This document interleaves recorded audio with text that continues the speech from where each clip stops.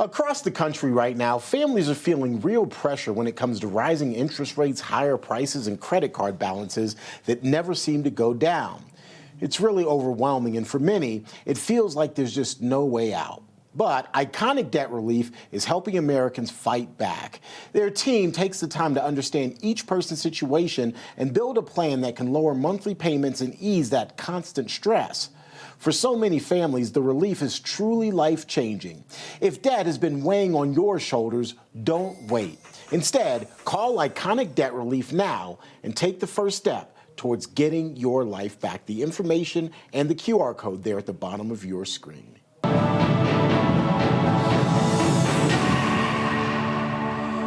Terrence Bates here with your Real America's Voice news break. Thanks so much for being here with us. It is Election Day across the country, and polls from the Midwest to the East Coast to the West Coast are already open. Today is the first major election day since President Trump took office back in January. Among the contests being watched most closely are gubernatorial elections in Virginia and New Jersey. The GOP candidates in both of those states have aligned themselves with President Trump and are hoping to ride his coattail to victory. New York's mayoral election also has the nation buzzing as self-proclaimed Democratic Socialist Zoran Mamdani is polling as the frontrunner. Even President Trump jumped into the fray, saying if Mamdani wins, it's highly unlikely that he'll send federal funds to New York. He also says the Big Apple has, quote, zero chance of success or even survival under Mamdani's leadership. We'll, of course, have live results for you this evening here on Real America's Voice starting at 7 o'clock Eastern.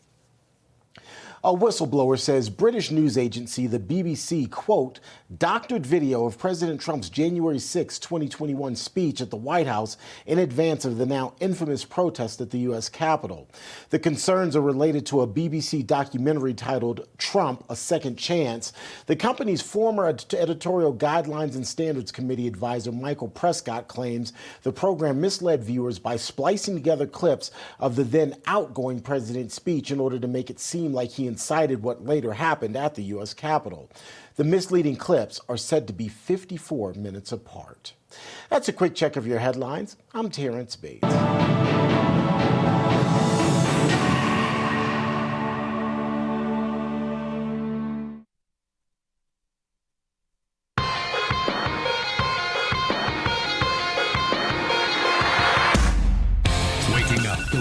You should get over that quickly. One brainwashed radical at a time. That's enough. It's the Charlie Kirk Show. All right. History, economics, the great works of literature. Did you study these things in school? Probably not. But even if you did, it's probably time for a refresher course. And Hillsdale College is offering more than 40 free online courses right now, including their newest course on totalitarian novels. In this free 8-lecture course, you'll learn from the legendary Hillsdale College president Larry Arnn as he goes in depth on 4 novels: 1984, Brave New World, Darkness at Noon, and That Hideous Strength. Even though these novels were written in the 1930s and 40s, they are highly relevant today, probably more so than ever. More importantly, they can show us that faith, family, and friends are worth fighting for, including this country. Maybe you read these books a long time ago in school. Maybe you've heard others talk about them, and they seem a little intimidating. They don't have to be. Let the good folks at Hillsdale College help you make the most of them. Hillsdale College, America's greatest college, the beacon of the North. Go right now to charlieforhillsdale.com to enroll. There's no cost. It's easy to get started. Charlie did this. I think he did 32 Hillsdale courses. That's Charlie, C-H-A-R-L-I-E, for Hillsdale.com, charlieforhillsdale.com. We love the good folks at Hillsdale. I want to actually welcome to the show Jim Jordan, chair of the House Judiciary Committee. Congressman, it's an honor to have you, and it's the first time we've had you back since everything happened. So, please, the floor is yours to remember Charlie as however you want. Well, happy warrior, fighting for the truth. I don't know, I was doing an interview shortly after the tragic taking of his life, and I said in that interview, Charlie lived that verse, 2 Timothy 4:7, fight the good fight, finish the course, keep the faith. Paul tells that to the young guy Timothy, and Charlie was the young guy Timothy who lived that verse, and he did it with a smile on his face. He did it in a way where he conveyed the truth, and set the example that I think we conservatives Republicans, just Americans, everybody should follow. So that's what our daughter, I think I don't know where I should is. I may have was on doing a Fox interview, but our youngest daughter is the same age as Charlie, maybe a year older. She sent me a text the day that it happened, and she said, this is tragic, certainly for Charlie's family, but also for our generation. He was our Limbaugh. And I thought that's a good way to say it. That's maybe other people said the same thing, but I know that day when I got that text from Jessie, she actually lives overseas. I thought that was a good way to put it. So he was a good man. Well, I mean, that's a great honor. I remember, people asked what Charlie wanted to do with his future, if he's going to run for president well, I mean, I had those conversations over the years with Charlie as well. And one time I asked him, I said, you want to be this? You want to be Rush Limbaugh? I forget what the alternative, I think it was some sort of political leader. Yeah. And he said, I want to be more like Rush Limbaugh.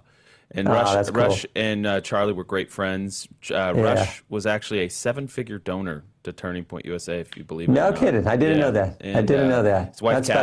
His wife Catherine gave us permission to disclose that after Rush's passing. Wow. And anyways, you and Charlie were great friends, and you were close allies, and it's an honor to have you back on the show. And today is election day. So today is election day, Congressman, and all across the country, especially on the East Coast. But we have a race here in Mesa. We've got Prop 50 in California. Everybody, get out to the polls. What are you watching? What are you looking for? And what's your message to Republican conservatives, independent, leaning right kind of voters? What's your message? Well, I guess what I'm really watching is probably the New York, New Jersey area, because this Mamdani guy is, he's a socialist. So I want to see what happens there. It looks like he's going to prevail. I hope not, but it looks like he's going to. I kind of want to see what those margins are. But I think, as many people have said, that sort of tells you where the Democrat Party is today, if in fact he does go ahead and win this mayor's race in our great city, New York City. And then right next door, to see if Chitterelli can pull this off. And people are saying it's close. I hope Mr. Chitterelli wins. I think it's interesting. By the way, Jack Chitterelli, if that isn't like when you see him, hear him talk, look at him, hear his name, if that isn't New Jersey just personified, I don't know what it is. It just fits. It totally, that's the right word. Totally New Jersey. So I hope he pulls it off. He's seems to me like, I've never met him personally, but seems to me like a total common sense kind of guy that you kind of want running your state. So I'm kind of watching those two. I think it looks tough in California for us, unfortunately. I hope not. I hope we defeat Prop 50, because if we lose that one, we're going to lose probably some good members of Congress, some really good members like Mr. Kiley, good member Darrell Issa. They're all going to have tougher races, and they're friends of mine. So I hope we prevail, but it doesn't look great. Well, it's going to put a lot of pressure on states like Indiana to get their act together. Ohio, obviously. The redistricting fights will continue on. You mentioned New York and the emergence of Mamdani. And it's interesting. I want to play this clip. It's 175. Get it ready. He's asked to explain the difference between Democrat and Democrat socialist and a communist. So let's hear his answer, how he responded on the other side. 175.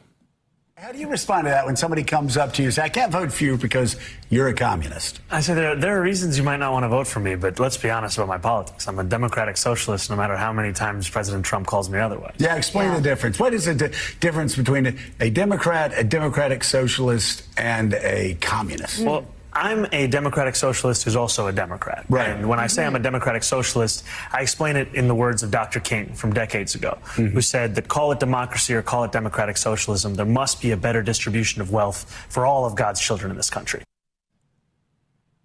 Congressman, your reaction? Well, it sounds like socialism. You can put the word Democrat in front of it, but it sounds like socialism to me. If you're going to distribution of wealth, taking from one, given to another. I always tell people, almost 40 years ago, I had the opportunity to compete in the Soviet Union, and when you go to places like that, you thank the good Lord you live here. And I remember walking into stores in socialist Russia. The Socialist Republic of Russia, whatever, the USSR, and there was nothing on the shelves. Like, that's what happens when you go down that road. And the things he's promising, I think he's even talked about government-run stores. So, like, I saw government-run stores in Russia, and there was nothing to purchase. So, yeah, we don't want that.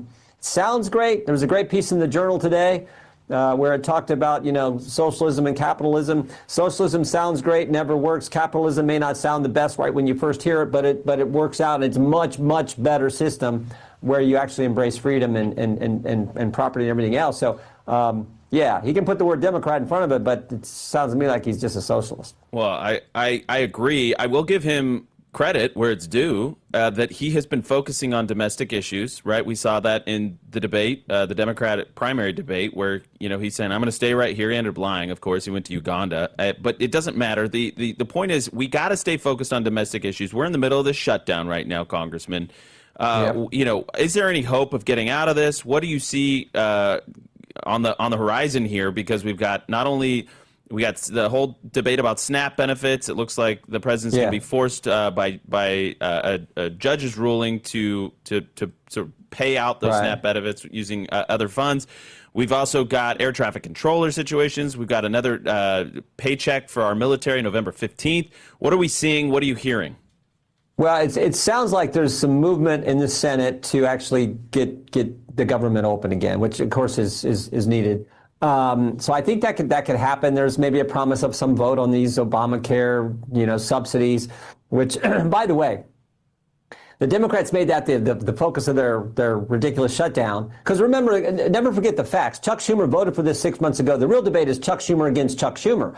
He voted for it 6 months ago, encouraged the senators to do so, Democrat senators to do so, and now he won't because they say, oh, we gotta extend this expansion of Obamacare and continue subsidizing the insurance companies. And I always point out, remember, everything they told us about Obamacare was a lie. They said if you like your plan, you can keep your plan. You like your doctor, keep your doctor. Premiums will go down. President Obama even told us premiums will go down on average $1,500. Well, none of that worked out, and it was so bad that they had to keep subsidizing and expanding the subsidy. So now they want to continue that again, and it just makes no sense. But the simplest way for it is for Chuck Schumer to just do what he did 6 months ago and vote for this. They're talking about giving them a vote on the subsidy issue. If they open the government, we'll see how this all shakes out. And then finally, the other thing I would just add, because you mentioned this food stamp issue, 42 million Americans, greatest country in history, 42 million Americans. Well, many of them aren't Americans. They're here. They're some kind of people here on a visa or aren't citizens of our country. But 42 million people, that's larger than the entire population of Canada. That's 1/8 of our entire population. Really? That many people in this great country, the greatest nation ever, need help from the taxpayer just to get food? That's a problem in and of itself that I think we need to address. And part of it, I think, is the work requirement we put in the big, beautiful bill, which hopefully will start helping everybody. Yeah, no, we talked a lot about food stamps on this show because there's a lot of fraud, there's a lot of abuse, and a larger problem is that when people get addicted to these programs, you can't ever get them off, and that's not the way forward either. Really quick here, Congressman, I want to address this. You have referred John Brennan, former CIA director, to the DOJ for criminal prosecution. 2 minutes left in the segment, Congressman. Tell us what's going on here. You're not supposed to lie, but you're definitely not supposed to lie when you're under oath talking to Congress. It looks like that's exactly what John Brennan did.